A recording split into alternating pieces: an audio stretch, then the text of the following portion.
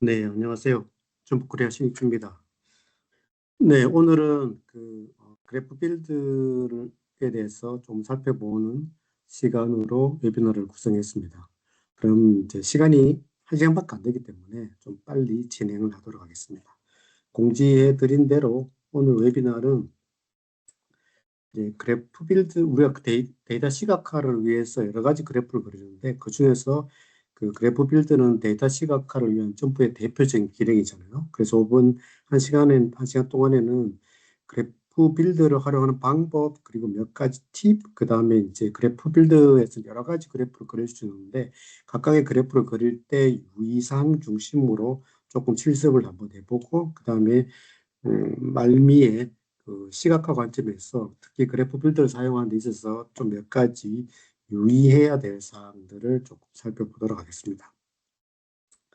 자, 그러면 먼저 그래프 빌드는 이제 대부분의 분들이 많이 사용해 보셨을 건데, 그래프 빌드 화면은 이렇게 생겼습니다. 그러니까 이제 그래프 빌드에 들어가면 이따 같이 들어가 보겠지만, 들어가면 이렇게 이제 여러 가지 그래프 빌드의 왼쪽, 위쪽, 오른쪽에 어떤 변수를 선택하거나 옵션을 하기 위한 여러 가지 것들이 있는데, 실제로 이렇게 제가 번호를 1번부터 10번까지 그래프 필터 상에서 우리가 고려를 하고 옵션으로 처리를 해야 될 여러 가지 것들이 한 10가지 정도가 있는데, 대부분의 변수는 이제 이렇게 10가지를 다 활용하지 않고 이제 변수를 XY축에 드랍을 한다든지 그래프를 선택한다든지 이렇게 몇 가지 기능만 주로 사용하고 있습니다. 그래서 오늘 이제 저랑 같이 웨비나를 배우면서 한 이런 10가지의 그래프 빌드 여러 가지 옵션을 다 우리가 다루고 조금 더 멋지고 커뮤니케이션을 잘하기 위한 그래프 빌더를 그리기 위해서 사용하는 방법을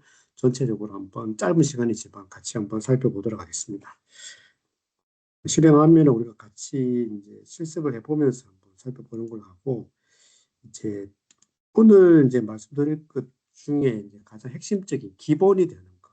그래프 빌드를 활용할 때는 이렇게 한 6가지 정도의 순서 또는 활용하는 방법, 이런 것들을 익숙해지는 게 필요합니다. 이제 우리가 계속 하다 보면 습관화돼서 습관화하게 되는데 그런 게 필요합니다. 그래서 이 샘플 데이터를 가지고 우리가 한번 같이 한번 살펴보도록 하겠습니다.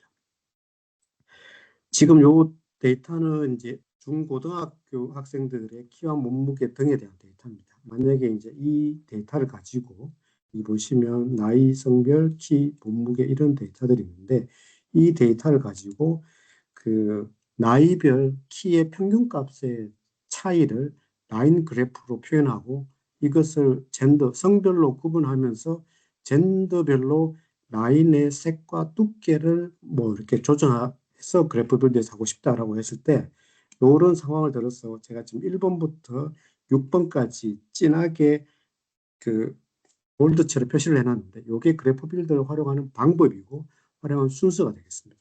자, 그래프 빌드 메뉴는 그래프에 그래프 빌드 들어가 있죠. 이렇게 들어가 보시면 이렇게 이제 빌드 화면이 이렇게 있고, 그 다음에 뭐 이렇게 있는데, 어, 제일 먼저 무슨 X축에다가 변수를 드랍해서 그 그래프를 그릴 생각을 하기 전에 여러분들이 제일 먼저 해야 될 것은 뭐냐면, 변수별로 모델링 타입을 확인하고 모델링 타입별로 적절한 그래프가 어떤 건지를 생각을 해야 됩니다. 이렇게 보시면 내가 지금 그리고자 하는 그래프가 나이별 키의 평균값이잖아요. 그러면 이제 나이가 X축에 들어갈 거고 키가 Y축에 들어가겠죠.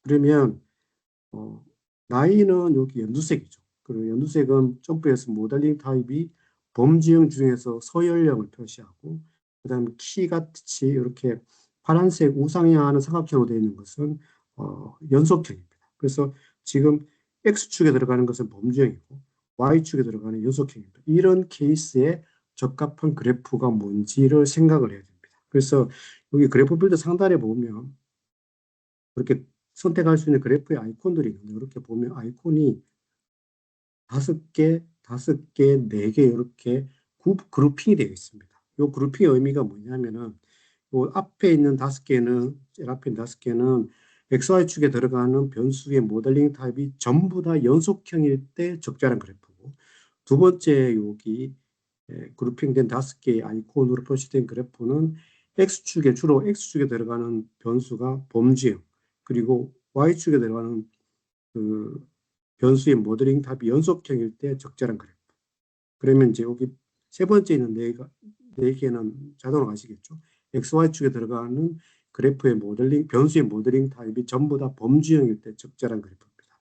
그러면 지금은 나이별 키의 평균값이니까 나이가 X 범주형, 키가 Y축에 들어가는 연속형이니까 이 두 번째 그룹에 있는 이 다섯 개의 그래프 중에서 하나를 선택하는 게 적절하고, 지금은 예시니까 첫 번째 있는 라인 그래프, 라인 그래프, 막대 그래프라고 보통 한국말로 표현하는 이 그래프를 선택하는 것으로 가정하겠습니다. 그래서 이렇게 모델링 타입별로 적절한 그래프로 생각했으면 그 다음에는 이제 가장 기본이 되는 변수를 XY축에 드랍을 합니다. 지금 같은 경우는 이제 나이별 키의 평균값이니까 나이가 당연히 X축에 들어가고, 그 다음에 키가 Y축에 Y축에 들어가겠죠. 그죠? 그 다음에 적절한 그래프의 종류를 선택을 해야 되겠죠. 두 번째. 그래서 X축의 범주형, Y축의 연속형이면 이렇게 이 다섯 개의 그래프 중에서 어느 하나를 선택하는 게 적절합니다. 지금은 라인 그래프를 선택하기로 우리가 약속을 했습니다. 그 다음에 네 번째가 뭐냐면 표현하고자 하는 통계량을 선택을 해야 됩니다. 통계량이라는 것은 우리가 이제 일반적으로 표현하는 통계량은 평균값이기 때문에 보통 이걸 무의식적으로 스킵하고 넘어갈 경우가 많이 있습니다. 여기에 이제 요약 통계량이라고 표시된 이 부분인데 지금 평균값이 되어 있죠.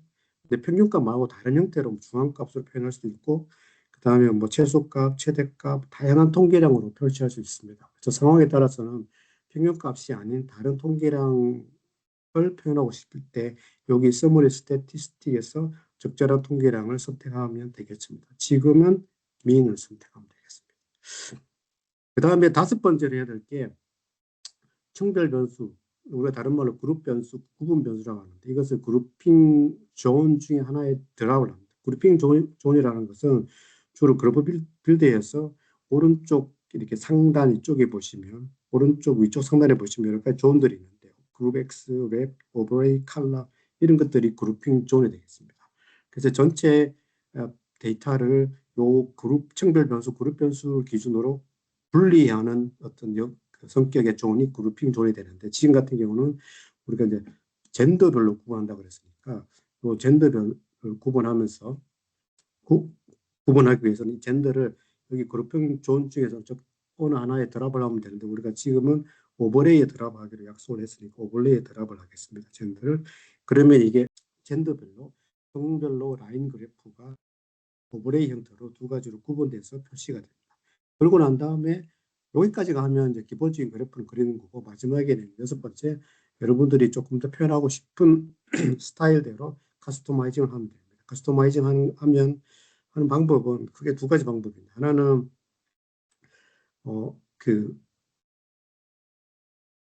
여기 내가 선택한 그래프에 지금 라인 그래프를 선택했는데 거기에 보면 패널이 형성됩니다.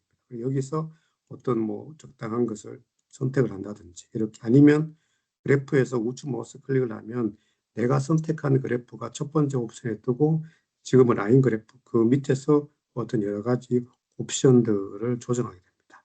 그래서 그래프를 조정하려고 하면 이렇게 하면 되고, 그 다음에 그게 아니고 만약에 이제 어떤 범례를 라인의 컬러라든지 스타일 같은 거를 조정하고 싶으면 범례에서 조정해야 됩니다. 우리는 이제 예시에서 젠더별로 라인의 색과 두께를 조정하려고 했으니까 여기서 조정하고 싶으면, 예를 들어서 피메일의 그 라인 컬러를 지금은 파란색으로 되어 있는 이것을 검은색으로 바꾸고 싶으면 우측 마우스 클릭을 해서 라인의 뭐 컬러를 뭐 이렇게 까만색 이렇게 바꾸고 또는 뭐 메일의 라인 스타일을 이렇게 실선이 아니고 뭐 이렇게 점선으로 받고 싶다든지 이런 식으로 하면 우리가 그래프를 커스터마이징 할 수 있습니다. 이렇게 해서 이제 다 그랬다고 생각되면은 완료, 던 그래프를 클릭을 하면 내가 원하는 그래프가 다 그려진 겁니다.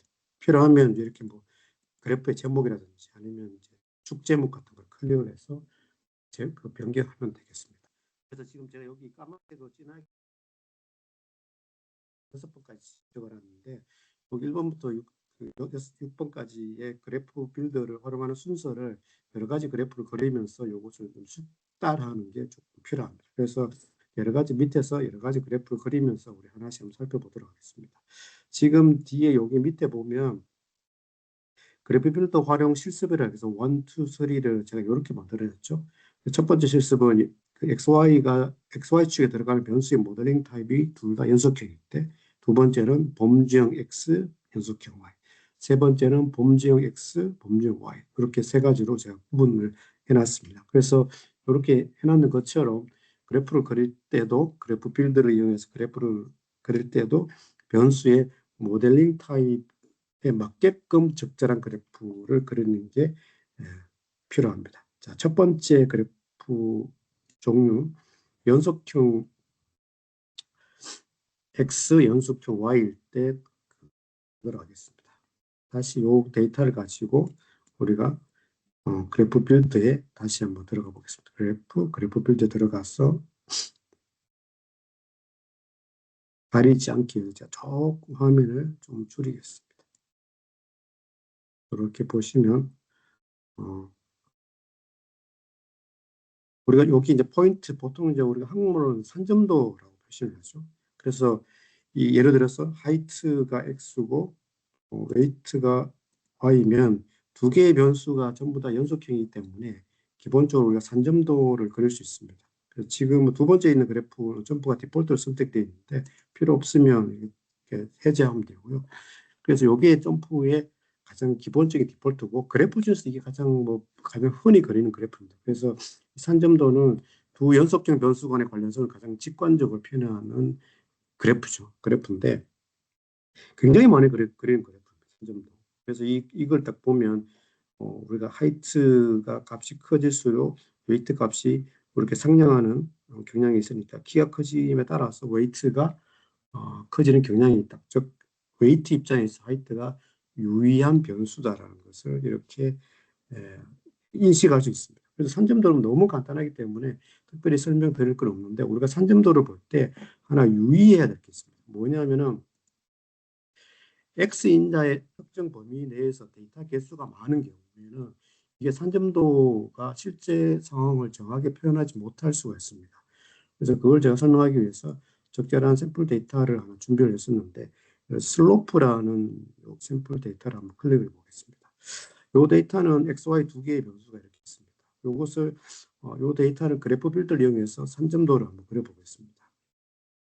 그래프 빌드 들어가서 X 치고 Y 이렇게 치면 이런 그래프입니다.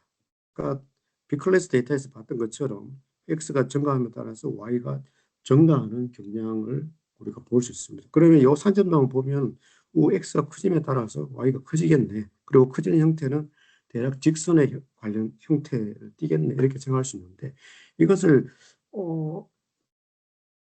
다른 그래프로 확인 한번 그려보겠습니다. 이렇게 예를 들어서 조금 이따 하겠지만 라이노 PC라는 그래프 있으면 이게 그래프 이렇게 그려집니다.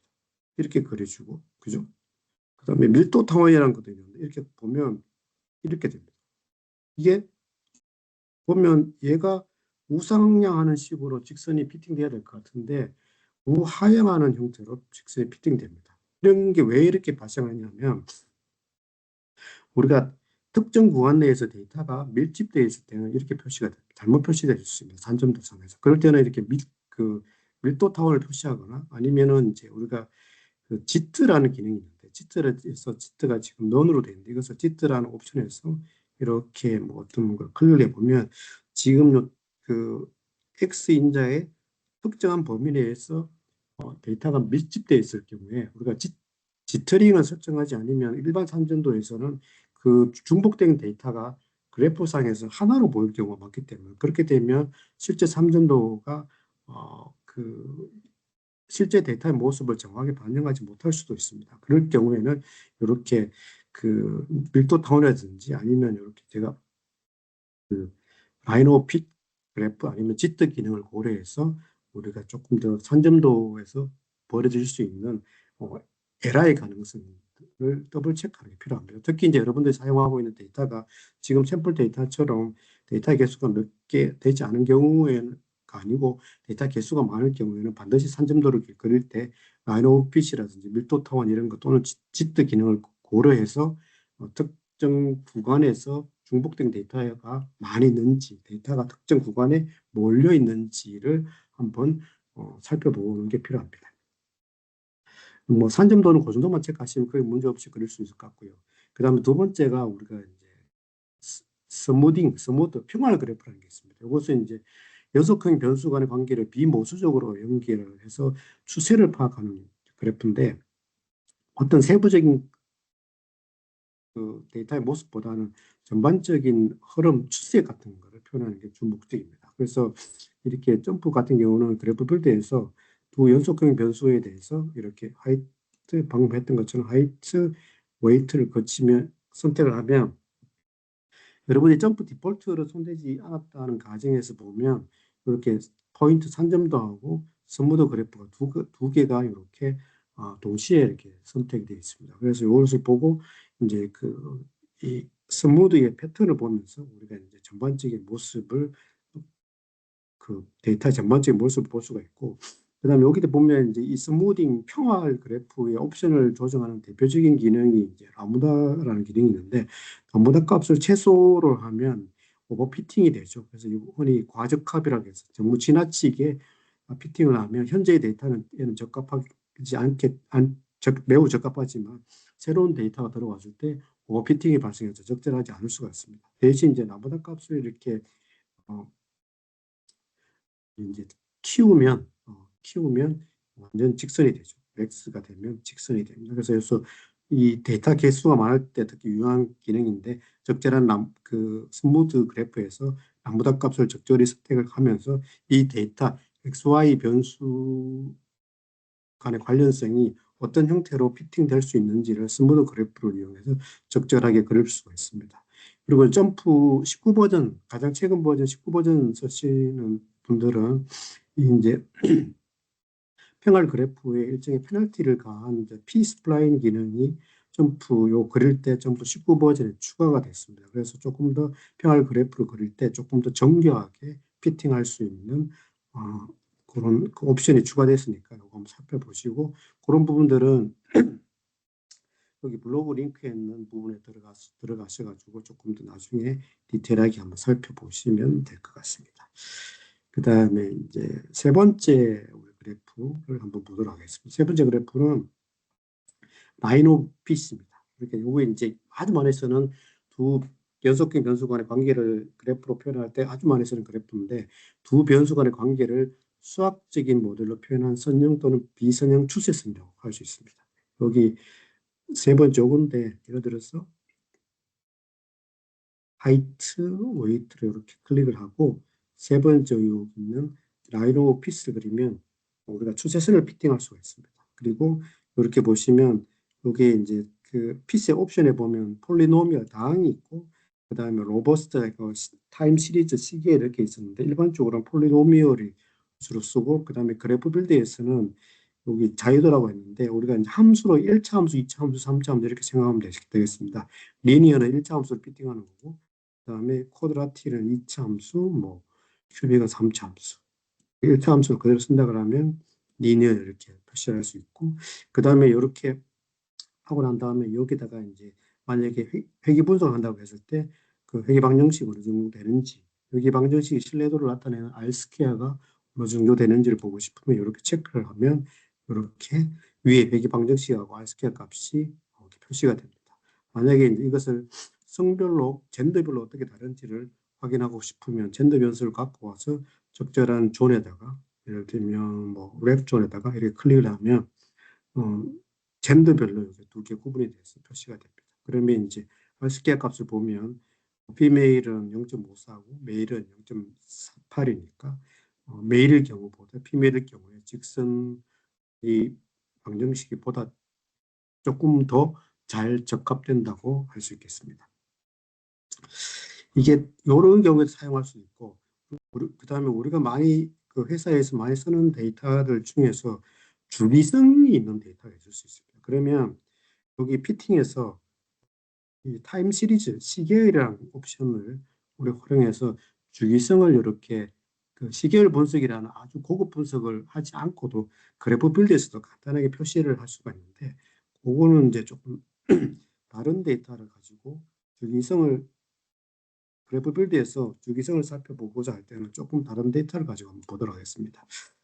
여기 블로그 뷰.jmp라는 샘플 데이터가 있는데, 이걸 한번 클릭해서 보면, 이 데이터는 이제 몇 년치 이렇게 있고, 그 다음에 몇 년치가 아니고 3개월치 요일별로 블로그 뷰에 대한 데이터가 있습니다. 만약에 이것을 이제 그래프에서 우리가 요일별로 한번 어떤 게 있는지 한번 본다고 가정을 하면, 그래프 빌드에서 요일을 X축에 뷰를 Y축에 클릭을 하면 이게 요일별로 어떤 이제 패턴을 그린다라는 것을 우리가 체크를 할 수가 있습니다. 그러면 이것을 이제 그 라인 오브 핏에서 타임 시리즈 걸어서 표현하고 싶다고 하면 다시 이제 스타트 오고 다시 실행 클릭을 해서 데이트를 X축에 보내고 뷰를 Y축, 그 다음에 라인 오브 핏을 선택을 하고 그 다음에 폴리노밀이 아니고 타임 시리즈를 클릭을 하면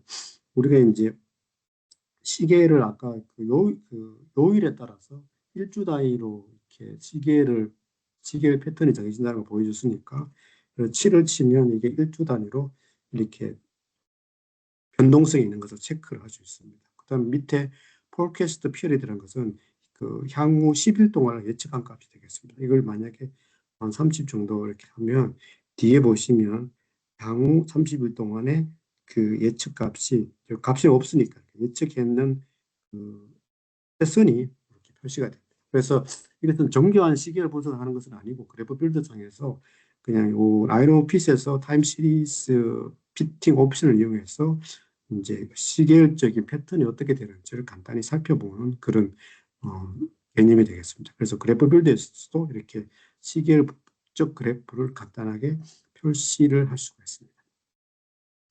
그 다음에 그 두 변수가 연속형일 때 또 하나 우리가 옵션으로 할 수 있는 게 밀도 타원이라는 게 있습니다. 이 밀도 타원은 두 변수 간의 선형 상황 구조와 뭐 데이터의 밀접 영역을 표현한 건데, 쉽게 얘기해서 그 전체 데이터의 밀도 영역을 대략적으로 표시를 한 것이라고 할 수 있습니다. 그래서 그래프 빌드에서 밀도 타원을 그려보면 뭐 이렇게 해서 선택을 하고 밀도 타원을 그리면 이렇게 표시가 됩니다. 그래서 여기 보면 커버리지가서 쉽게 해서 전체 데이터가 있을 수 있는 가능성의 density, 영역이라고 표시하면 되겠습니다. 그러면 이건 요 그래프 빌드에서는 이제 뭐 이렇게 99, 95%, 90% 이렇게 많이 쓰고 뭐 50%를 하면 더 좁게 되겠죠. 이렇게 표시됩니다.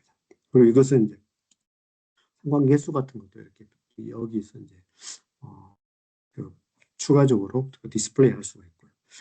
다만 이제 이렇게 그 밀도 타원 같은 경우도 우리가 많이 쓰는데, 밀도 타원은 이제 상관계수를 베이스로 해서 그려지는 그래프인데, 이 상관계수가 우리가 그 관련성의 직선 건접도를 의미한다는 걸 아시잖아요, 그죠? 그래서 직선 건접도가 아니고 이게 그두 변수 간의 관련성이 뭐 곡선이라든지 아니면 다른 형태의 건접성을 가지고 있으면 이게 덴시티 일립스가 이제 제대로 표현이 되지 않을 수가 있습니다. 즉 이제 밀도 타원은 이제 두 변수 간의 상관계수가 작으면 일반적으로 둥근 형태가 되고, 상관계수가 클수록 대각선 방향으로 이렇게 날씬한 슬림한 타원 형태가 되는데, 이게 만약에 이제 직선 검정도가 아니면 어떻게 되느냐?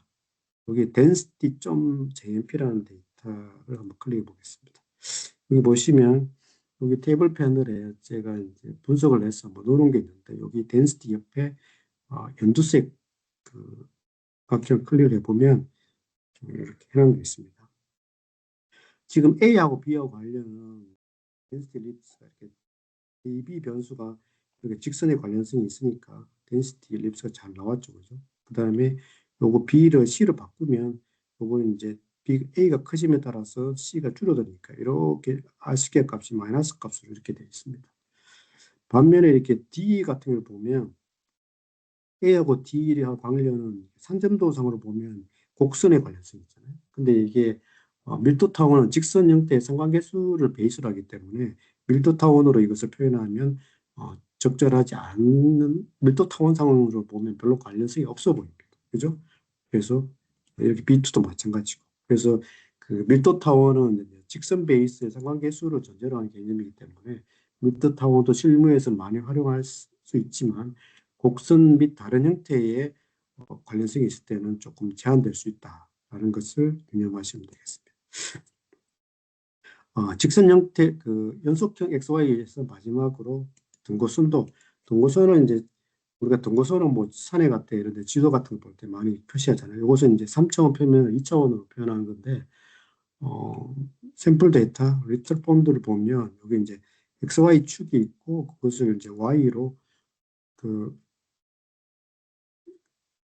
Z 변수를 드랍을 해서 Z 변수를 XY 축에서 표현하는 거죠. 그래서 그래프 빌드에 들어가서 이렇게 보시면 뭐 X, Y 넣고 보통 이제 요 컨투어 선택하고 Z 변수를 뭐 컬러 이렇게 표시를 하면 이렇게 등고선 형태로 표시를 할 수 있습니다. 그래서 등고선 형태는 뭐 등고선의 개수 같은 걸 이렇게 뭐 조정할 수도 있고 아니면 옵션에서 뭐 레전드에서 이렇게 들어가 우측 마우스 클릭해서 레전드 여러 가지 것들이 있는데 여러 가지 것들이 있는데 주로 이제 그라디안트 같은 걸 선택을 해서 그래프의 색깔을 조정한다든지 아니면 여기 그 표시되는 어떤 값의 범위를 이렇게 뭐 조정한다든지 뭐 이렇게 할 수 있습니다. 그래서 이렇게 지금 연고순도까지 연속형 X, 연속형 Y가 있을 때 우리가 살펴볼 수 있는 5가지 그래프에 대해서 몇 가지 유사하고 더불어서 간단하게 살펴봤습니다. 이제 두 번째 케이스, 범주형 X, 연속형 Y일 때 한번 살펴볼게요. 이렇게 보시면 이제 첫 번째 보시면 이제 그 에어리어나 라인 차트 같은 게 있었는데 이거는 시간의 경과에 따라서 데이터 흐름을 표현하는데 주로 사용하는 그래프를 할 수 있습니다. 그래서 요즘 뭐 주가가 폭등하고 있는데 제가 주가와 관련되는 데이터를 하나 준비했습니다. 여기 코스피 2025라는 데이터를 한번 클릭해 보겠습니다. 여기 보시면 코스피 데이터하고 그다음에 그 주가지수 총액 기준으로 상위 10대 기업의 그 주가를 작년 1년치를 시작하는 날을 일로 해가지고 그 상승폭을 비교하기 위해서 이제 그 뭐냐 표준화해서 쭉 그랬습니다. 그러니까 시작한 날 1을 2를 1로 해서 그다음 쭉 이렇게 값을 표현을 했는데 이것을 이제 한번 우리가 그래프 빌드에서 에어리어 차트나 라인 차트를 그려보도록 하겠습니다. 그릴 때 이제 뭐 이렇게 여기 이제 여기 보시면 여기 라인 차트고 여기 두 번째 그룹의 세 번째 있는 게 에어리어 차트입니다. 지금은 여기 일자가 이렇게 그 변속형으로 되어 있지만 이게 뭐 오디널이라 이래도 상관은 없습니다. 이렇게 놓고 그 다음에 예를 들어서 그 많은 복잡하니까 한 3개 정도만 갖고 와서 드랍을 하면 이렇게 라인 그래프라든지 그 다음에 에어리어 차트로 이렇게 그릴 수 있습니다. 그릴 수가 있고요. 그죠? 비교를 할 수 있죠. 그렇게 그릴 수가 있고 만약에 이제 이 라인 그래프하고 에어리어 차트를 이제 그 한꺼번에 그리고 싶으면 이렇게 스택 같은 경우를 Shift 키를 눌러서 이렇게 두 번째 그래프를 선택하면 되겠습니다. 그리고 난 다음에 어떤 그래프에 대한 그 변수를 특정 그래프에서 제외하고 싶으면 예를 들어서 이렇게 뭐 그렇게 제외하면 몇 가지 옵션을 조정할 수 있습니다.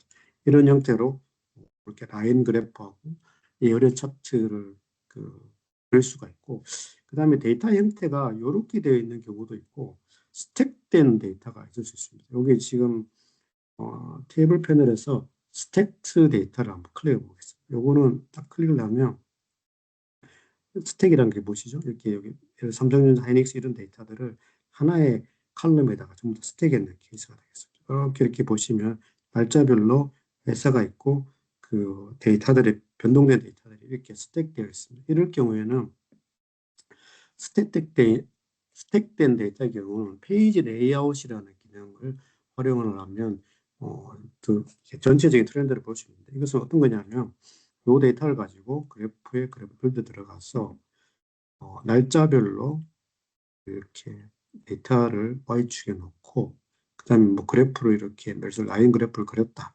그렇게 하고 난다면 이 그래프를 회사별로 구분해서 보고 싶다고 하면 점프해서 여러 가지 옵션을 활용할 수 있는데 그 중에서 하나가 여기 하단에 보면 그래프 빌드 하단에 보면 페이지 존이 있습니다. 그래서 회사를 이렇게 페이지 존에 드랍을 하면 이렇게 페이지로 드랍을 하면 그 회사별로 페이지 존에 드랍된 회사 변수별로 그래프가 이렇게 분리되어 있습니다. 그러면 복잡하니까 이걸 조금 줄여서 그 간단하게 한번 보려고 하면 페이지에서 우측 마우스 클릭을 하면 그 레벨스 퍼 로우라고 있습니다. 이것은 이제 하나의 화면에 이렇게 하나의 로우에 몇 개의 그래프를 띄울 건가라는 것이 되겠죠. 이것을 예를 들어서 뭐 4 정도를 하면 이렇게 그래프가 만들어집니다. 그러면 이렇게 그래프가 이렇게 우리가 그릴 수가 있거든요. 그래서 이 페이지 레이아웃 기능을 이용해서 살펴보는 것은 데이터의 세부적인 값보다는 그 특정한 기간 내에서의 페이지별로 나누어진 변수들의 트렌드, 패턴이 서로 어떻게 다르냐라는 것을 살펴보기 위할 때 주로 많이 씁니다. 예를 들면, 이렇게 트렌드를 보면 이렇게 뭐 KB금융이나 코스피 전체라든지 SK 하이닉스 이런 것들은 이렇게 1년 동안에 트렌드가 굉장히 비슷하잖아요. 그죠? 근데 이제 뭐 삼성바이오라든지 현대자동차 이런 것들은 조금씩 다르니까 우리가 이제 전반적인 트렌드를 비교를 할 때는 페이지 레이아웃 기능을 쓰는 게 훨씬 더 좋을 수가 있습니다. 요 라인 오브 의뢰 그래프나 그다음에 라인 차트에서 조금 더 또 다른 케이스가 있을 수 있는데 어떤 케이스냐면 특정 단위가 다른 경우에 특정 단위가 다른 범주를 비교할 경우에는 패러렐 Y라는 기능을 쓸 수가 있습니다. 요거는 이제 점프 19 버전에 추가된 기능인데 이건 어떤 거냐면 우리가 뭐 예시를 보면 대박을 할 수 있습니다. 이렇게 보시면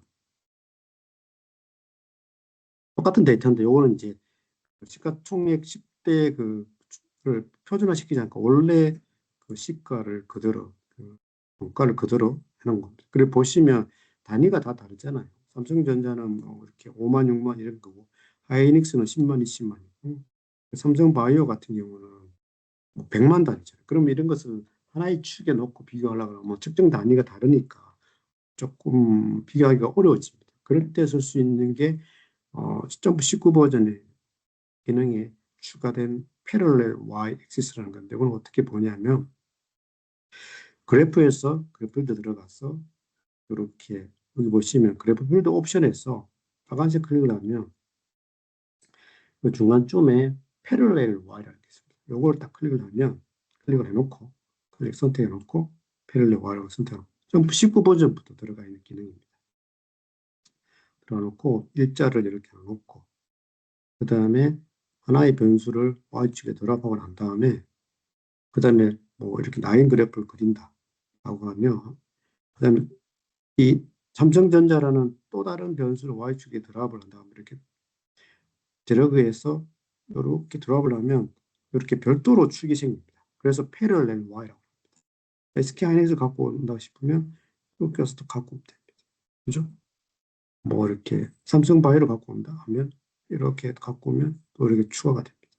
그런 식으로 이렇게 그래프를 그리는 게 패럴렐 Y 기능입니다. 이런 경우는 이렇게 보시면 각각의 축을 가기 때문에 전체적으로 우리가 트렌드 같은 걸 비교할 때 이렇게 패러렐 Y 기능을 써서 우리가 비교를 하는 게 또 점프 그래프 빌드에서 하나의 우리가 선택할 수 있는 옵션이 되겠습니다.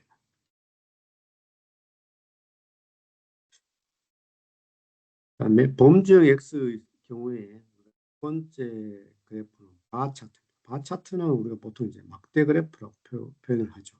그래서 우리가 지금 여기 제일 많이 쓰는 B클래스라는 그 데이터를 가지고 범주별로 한번 바 차트를 그려보도록 하겠습니다. 그래프 빌드에 들어가서 뭘 그리냐면 나이별로 키의 차이를 이렇게 그리면 그 두 번째 있는 게 바 차트입니다. 바 차트. 그리면 됩니다. 그죠? 차트 이렇게 두고 지금은 이제 이렇게 통계량, 요약 통계량의 평균이라고 선택이 되어 있는데 이것을 라벨에 표시하고 싶으면 지금 로우 라벨이 되어 있는데 만약에 값을 표현하고 싶으면 라벨 바이 밸류를 클릭을 하면 상단에 이렇게 그 평균값을 그 요약 통계라고 선택한 평균값을 표시를 할 수가 있습니다. 뭐 여기서 만약에 이 그 바 차트에다가 여기 그 여러 가지 통계량, 예를 들어 지금 여기 그 평균값을 가지고 바 차트를 그리는데 평균값뿐만이 아니고 뭐 평균값, 최소값, 최대값 등 여러 가지 것들을 우리가 이 그 그래프에 같이 포함해서 표현하고 싶다고 하면 캡션 박스라는 점프 기능을 그래프 빌드의 옵션 중에 하나인 캡션 박스를 이용을 하면 됩니다. 캡션 박스.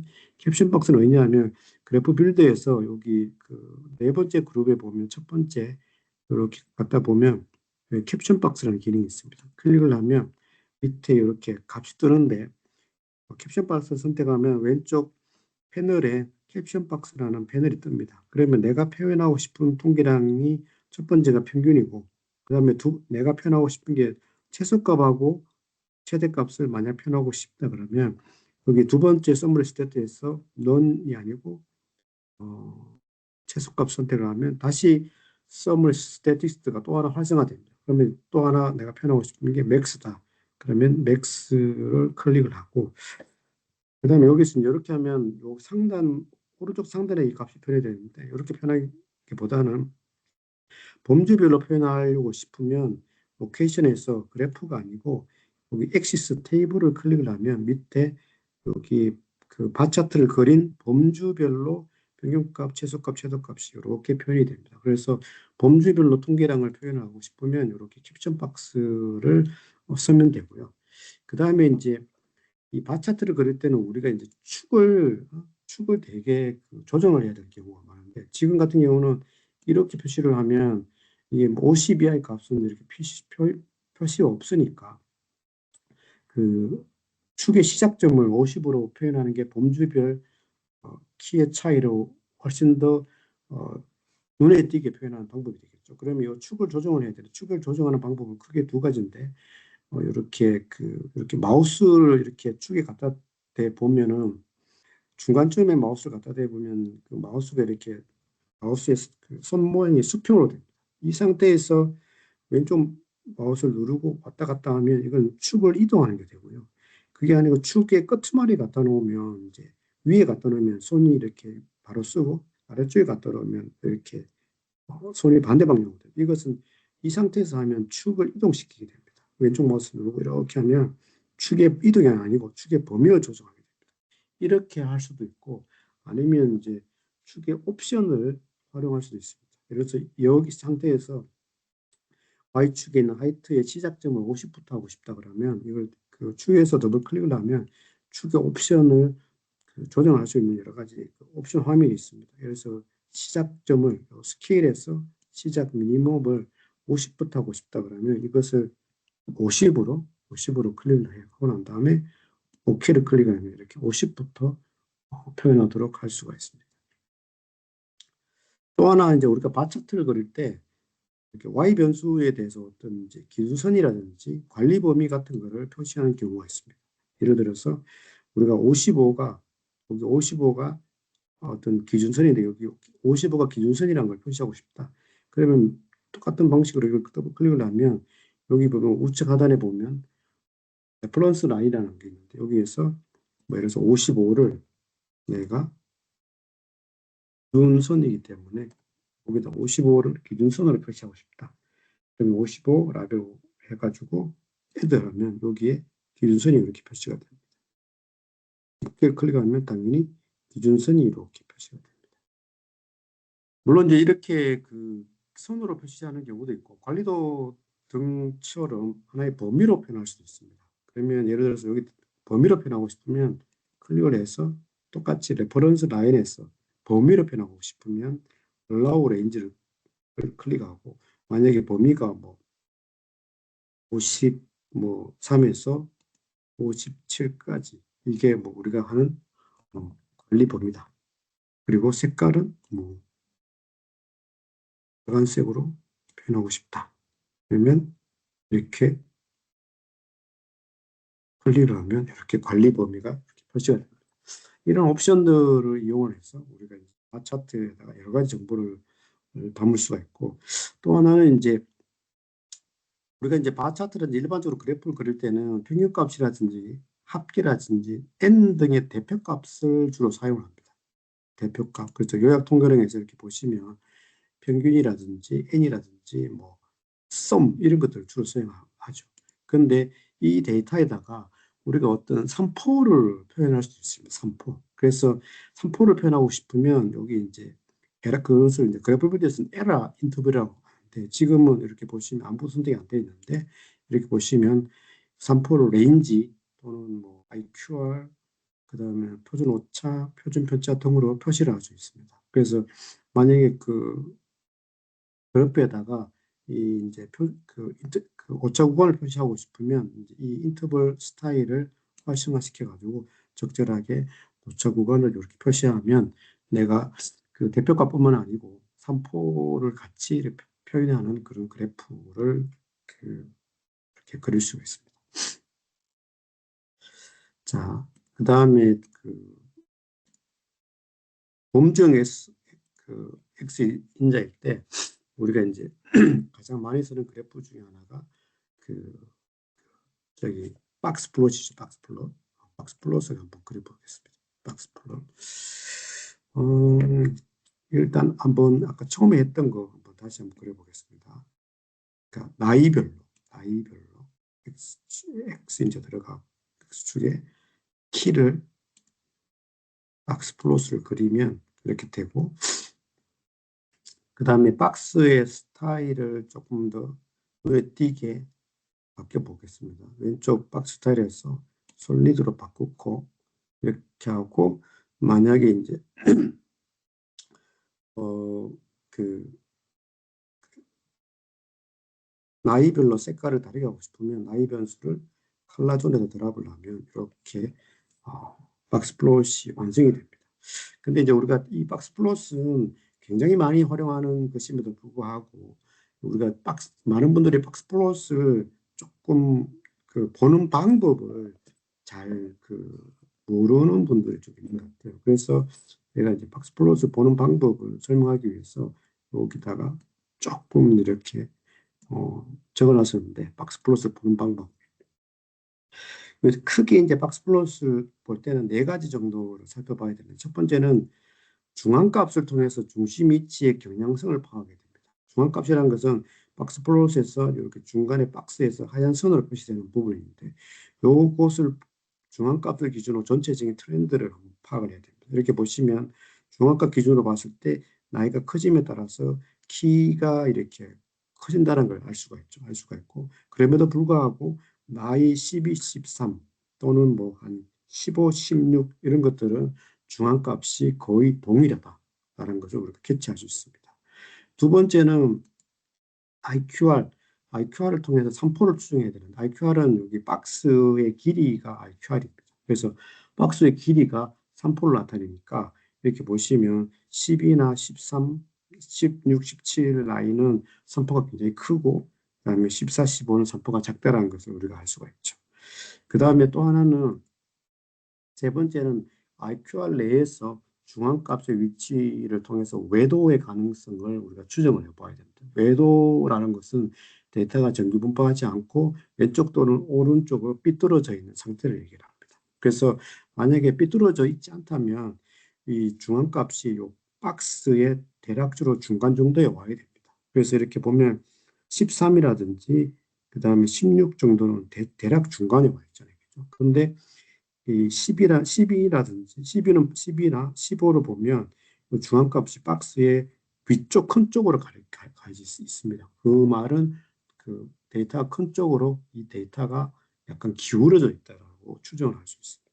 이런 것도 살펴봐야 되고, 마지막으로는 이제 이상치가 있는지를 체크해야 됩니다. 보통 이제 박스 플롯을 그리면 이상치는 이제 박스 바깥쪽에서 점선 또는 이제 별표로 표시되는데, 지금 같은 경우는 이제 그게 하나도 없으니까, 별표나 점선이 없으니까 박스플롯에서 박스플롯 기준으로 판단한 이상치는 없다라고 표시를 해야 됩니다. 그 다음에 박스 플롯을 그릴 때 우리가 이제 하나 사전적으로 유념해야 될 거는 이 박스 플롯에는 데이터의 개수가 표현되지 않습니다.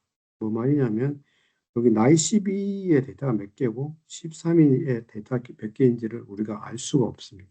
그래서 이게 데이터의 개수를 확인할 필요가 있는데 예를 들면 아까 봤던 이 캡션 박스 기능을 이용해서 여기 캡션 박스 있죠? 이용을 해서 캡션 박스 요약 통계량을 민이 아니고 n 데이터 개수로 한번 바꿔보겠습니다. n으로 바꿨고 그 다음에 그래프 로케이션을 그래프가 아니고 엑시스 테이블로 보면 하단에 이제 그래프 그 데이터의 개수를 우리가 체크를 할 수 있는데 8, 72, 7, 33 이렇게.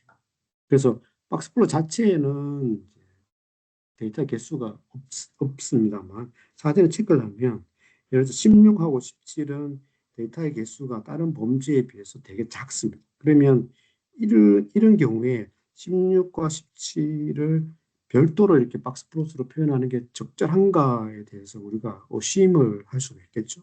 그래서 이걸 보고 개수를 사전 또는 사후적으로 확인하고 난 다음에 그래서 내가 합쳐야 되겠다. 그러면 어떻게 하느냐? 여러 가지 방법이 있는데 제일 쉬운 방법은 그래프 빌드에서 우측 마우스 축에서 우측 마우스 클릭을 하면 상단에 보시면 Configure Levels라고 있습니다. Configure Levels를 클릭을 해서 여기 보시면 내가 합치고자 하는 거 16, 17을 이렇게 선택을 하고 콤바인 합치는 거 하고 라벨은 뭐 이렇게 예를 들어서 16 and 17 이렇게 해서 OK를 클릭하면 이렇게 합쳐진 형태로 우리가 박스 플롯을 표시할 수 있습니다. 그래서 지금 말씀드린 것처럼 데이터 개수가 적을 때는 이렇게 컨피규어 레벨이라는 기능을 이용해서 범주를 합쳐서 표현하는 게 박스 플롯에서는 데이터 개수가 표현이 안 되기 때문에 개수가 적을 때는 범주를 합치는 게 적절할 수가 있습니다. 여기서 이제 범주 정의를 다 살펴보는 이제 네 번째 그래프가 히스토그램인데 히스토그램은 그래프 빌드에서는 그 연속형 데이터의 모양을 파악하기 주로 사용되고 그 다음에 범주별로 데이터의 모양을 비교하는 용도로 주로 사용합니다. 예를 들어서 그래프 빌드에서 연속형 변수를 하이트를 이렇게 선택을 하고 여기 히스토그램을 선택하고 난 다음에 히스토그램 스타일을 뭐 이렇게 지금처럼 바 형태로 할 수도 있고 폴리곤을 할 수도 있고 커널 덴시티 형태로 할 수도 있는데 이것을 우리가 이제 뭐 이렇게 젠더 변수별로 범주별로 히스토그램 모양이 어떻게 다른지를 비교를 할 때 주로 이제 많이 씁니다. 그렇지만 히스토그램은 사실은 그래프 빌드보다는 개별 변수의 모양을 확인하는 용도로 사용하는 히스토그램은 주로 애널라이즈 디스트리뷰션을 주로 많이 사용하죠. 그죠? 그래서 애널라이즈 디스트리뷰션에 들어가서 이렇게 그리면 이런 형태로 확인할 수 있으니까 히스토그램하고 여러 가지 통계량 걸 한꺼번에 확인하기 위해서는 애널라이즈 디스트리뷰션에 가서 주로 많이 사용합니다. 자, 두 번째 봤고요. 세 번째는 이제 둘 다 범주일 때 주로 많이 쓰는 거. 첫 번째 그래프가 히트맵입니다. 이거는 이제 특정 위치마다 그 공간적 단위마다 관측값의 크기를 컬러로 표현하는 그래프가 히트맵입니다. 가장 대표적인 게 반도체 업종에서 많이 사용하는 웨이퍼맵이 가장 대표적입니다. 예를 들어서 여기 링크를 걸어놨는데 아마 열릴 겁니다. 웨이퍼맵이라는 걸 클릭을 하면 이렇게 걸리는데 그걸 이제 보시면 반도체 X축, Y축이 있고 각 셀별로 디펙트가 이렇게 표시가 되어 있습니다. 데이터는 한 18만 개 가까이 이렇게 되고 만약 이것을 X, Y축의 셀별로 디펙트를 그리고자 하면 그래프 빌드에 들어가서 이제 당연히 이제 느낌이 오겠죠. X축, Y축에 들어가고 이렇게 히트맵을 선택을 하고 그다음에 디펙트를 컬러에 표현하기 때문에 컬러 존에 이렇게 클릭을 하면 이렇게 웨이퍼 맵을 기본적인 형태의 웨이퍼 맵을 그릴 수가 있습니다. 아니 지금은 웨이퍼가 15장이기 때문에 웨이퍼별로 구분해서 그리고 싶으면 웨이퍼를 갖고 와서 이 그룹핑 존 중에 하나에 적절한 데다가 드랍을 하면 됩니다. 지금 같은 경우는 탭에 이렇게 들어가게 되면 15개가 아니고 25개나 25개 웨이프별로 이렇게 에, 뭐 다름을 이렇게 표시를 할 수가 있습니다. 이렇게 뭐 등고선도로를 표시할 수도 있고, 지금 등고선도로 표시하면 이게 이제 그라디언트가 이게 제일 많은 게 0.3이 된 거니까 이렇게 하면 이렇게 표시를 할 수 있죠. 뭐 이런 형태로 그 컨트롤 플러스 형태로 그릴 수가 있습니다. 그래서 이 이제 반도체 분야나 아니면 디스플레이 분야 같은 업종에서는 이렇게 이제 위치별로 어떤 디펙트 정도를 나타내는 이제 이런 것들을 웨이퍼맵 같은 거를 굉장히 많이 사용합니다. 이렇게도 그릴 수가 있고 이런 것들이 있고 이제 그 외에 이제 그 파이 차트나 트리맵 같은 경우는 이제 그 뭐 간단한 거니까 그냥 스킵을 하고요. 이제 모자이크, 빈도수 같은 걸 표현할 때는 모자이크 플러스 그릴 수가 있습니다. 지금 같은 경우는 dolphin.jp를 클릭을 하면 어, 이렇게 돌고래에 대한 데이터인데 어떤 액티비티 종류가 있고 그 다음에 시간이 있고 그 다음에 그 시간대별로 액티비티를 하는 돌고래의 뭐 그룹 수 데이터가 이렇게 있습니다. 이런 경우를 만약에 시간대별로 돌고래의 액티비티가 어떻게 다른지를 알고 싶으면 이렇게 그 시간대가 당연히 X축 들어가겠죠. 그리고 액티비티가 Y축. 그다음에 빈도수, 지금 그룹 수에는 빈도수가 되어 있는데 이 그룹은 오른쪽 하단에 보면 프리퀀시 존이 있습니다. 여기다 클릭을 하고 그죠? 존하고 그다음 이럴 때는 적절한 그래프가 여기 오른쪽 제일 끝에 있는 세 번째 그룹의 제일 끝에 있는 모자이크 블록입니다. 클릭을 하면 이렇게 되고 만약에 이제 라벨 같은 걸 표시하고 싶으면 여기 라벨 바리 해서 라벨 바이 뭐 퍼센트 같은 걸 클릭을 하면 이렇게 이제 시간대별로 돌고래 액티비티 종류별로 시간대별로 활동하는 돌고래의 이제 프리퀀시 비중이 이렇게 다르다라는 것을 표시를 할 때 이렇게 표현할 수 있습니다. 그래서 X, Y 모두가 범정일 때 프리퀀시 빈도수 데이터가 있을 경우에는 모자이크 플롯을 우리가 가지고 그릴 수가 있습니다. 이제 범주형 X, 범주형 Y 때는 간단하게 살펴봤는데요. 이제 시간이 조금밖에 안 남았는데, 마지막으로 이제 데이터 시각과 유의사항 몇 가지를 한번 말씀드려 보겠습니다. 지금 제가 시간을 벌써 빨리 갈 건데, 혹시 설명이 부족한 분들은 여기 데이터 시각과 유의사항에 대해서는 제가 며칠 전에 제 블로그에 올린 게 있으니까, 그 블로그에 들어가서 보시면 며칠 전에 올린 게 있습니다. 그거 한번 살펴보시면 될 것 같고요. 어쨌든 설명을 드리겠습니다. 지금 뭐 그렇게 복잡한 건 아니니까. 그러니까 그래프 빌더 같은 걸 이용해서 데이터 시각을 할 때 많은 분들이 조금 이제 소홀히 생각하는 경향들이 있는데 그것들 중에서 제가 네 가지 정도를 이렇게 설명을 좀 드리고자 합니다. 첫 번째는 가장 기본이죠. 그 축의 간격이나 데이터의 범위가 그래프를 그릴 때 다를 수가 있습니다. 그래서 지금 이것은 이제 다이아몬드 데이터.점 JP를 클릭하면 요거는 이제 다이아몬드에 대한 여러 가지 뭐 컷 상태에 대한 뭐 그런 가격인데 예를 들어서 그래프 빌드에 들어가서 그래서 커팅 상태별로 프라이스를 이렇게 어, 그리고 만약에 바 차트 같은 걸 그렸다고 이렇게 가정을 하면 이렇게 축 상태를 이렇게 놓으면 이제 커팅 상태에 따라서 값 차이가 거의 안 나는 것처럼 보이죠. 그죠? 근데 이제 축의 간격에 따라서 이런 것들이 다를 수가 있습니다. 아까 다른 바 차트 그릴 때 설명드린 것처럼 이런 그래프를 볼 때는 항상 축의 스타팅 포인트가 어떻게 되어 있는지를 체크를 하시고 그런 것도 적절히 활용하면 되겠습니다. 그래서 이게 0이 아니고 만약에 뭐 스타팅 포인트가 3,500좀 된다고 가격을 하면 커팅 상태에 따라서 우리가 그 가격이 굉장히 많이 차이 난다는 것을 아까 축을 0으로 시작했을 때하고는 다르게 쉽게 식별할 수가 있죠. 그래서 어떤 경우에는 이걸 악용할 수 있습니다. 축에 실제적으로 별로 차이가 안 나는데 축의 간격을 매우 짧게 해가지고 차이가 나는 것처럼 표시하는 경우도 있습니다. 두 번째는 그 데이터 개수를 체크를 해야 됩니다.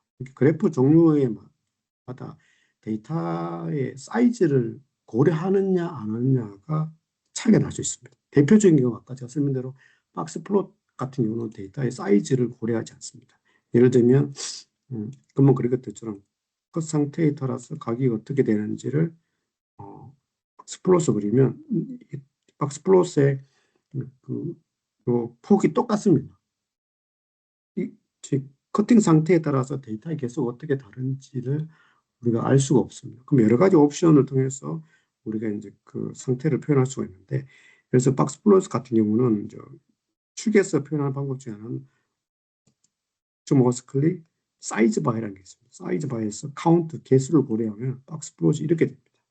그래서 이 보시면 이제 베리 굿이나 엑셀런트라고 표시된 커팅 그 데이터는 굉장히 많은데 굿이나 아이디얼이라고 커팅된 데이터의 개수는 매우 작을 수가 있습니다. 그래서 우리가 그래프를 그릴 때 항상 이런 것들을 고려해야 됩니다.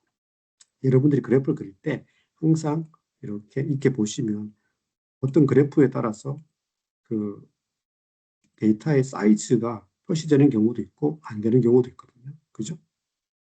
그죠? 그래서 그런 것들을 항상 그래프를 그릴 때 체크를 하시는 게 좀 필요합니다. 세 번째로 우리가 이제 상황 그래프 똑같은 그래프 데이터가 있다 하더라도 상황이나 목적에 따라서 이제 시각과 방법을 다르게 할 수 있습니다. 여기 샘플 데이터는 예산과 지출이라는 데이터인데 요거는 이제 5개 부서의 예산이 얼마고 지출이 얼마고 그러면 5개 부서의 예산과 지출의 어떤 결과 차이 이런 것을 비교하고 싶다고 했을 때 다양한 방식으로 그래프를 그릴 수 있습니다. 제가 캡처를 해놨는데 예를 들면 이렇게 다양한 방식을 그릴 수 있습니다. 제가 왼쪽처럼 이렇게 그리면 이것은 이제 부서별로 예산과 지출을 바 차트로 그렸는 겁니다. 이런 것들은 부서별로 예산 및 지출의 절대 금액을 비교할 때 이런 식으로 그리기 더 낫겠죠. 중간에 거는 이제 초과 지출 비율을 이렇게 계산을 해서 표현한 겁니다. 이런 경우는 예산 대비 부서별로 지출의 적절성, 효율성을 비교할 경우에 유용하겠죠. 마지막에 오른쪽에 있는 그래프는 과다 또는 과소 지출 금액의 절대적 금액을 표시하는 거죠. 그것은 이제 회사 전체의 과다, 과소 지출에 어느 부서가 더 기여를 했는지를 표시를 할 때 이렇게 이런 그래프는 유용하겠죠.